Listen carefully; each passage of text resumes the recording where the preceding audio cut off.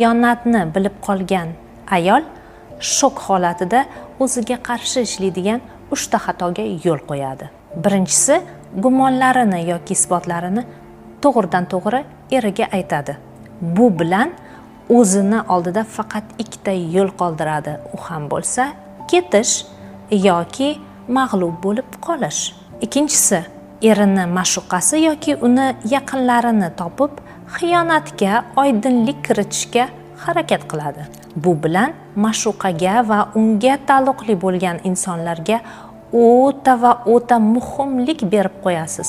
Vaholanki, u inson siz va hayotingiz uchun hech kim bo'lishi kerak. Uchinchisi, xiyonatni eringiz bilan muhokama qilib, unga o'zini oqlashga imkon berib qo'yishingiz.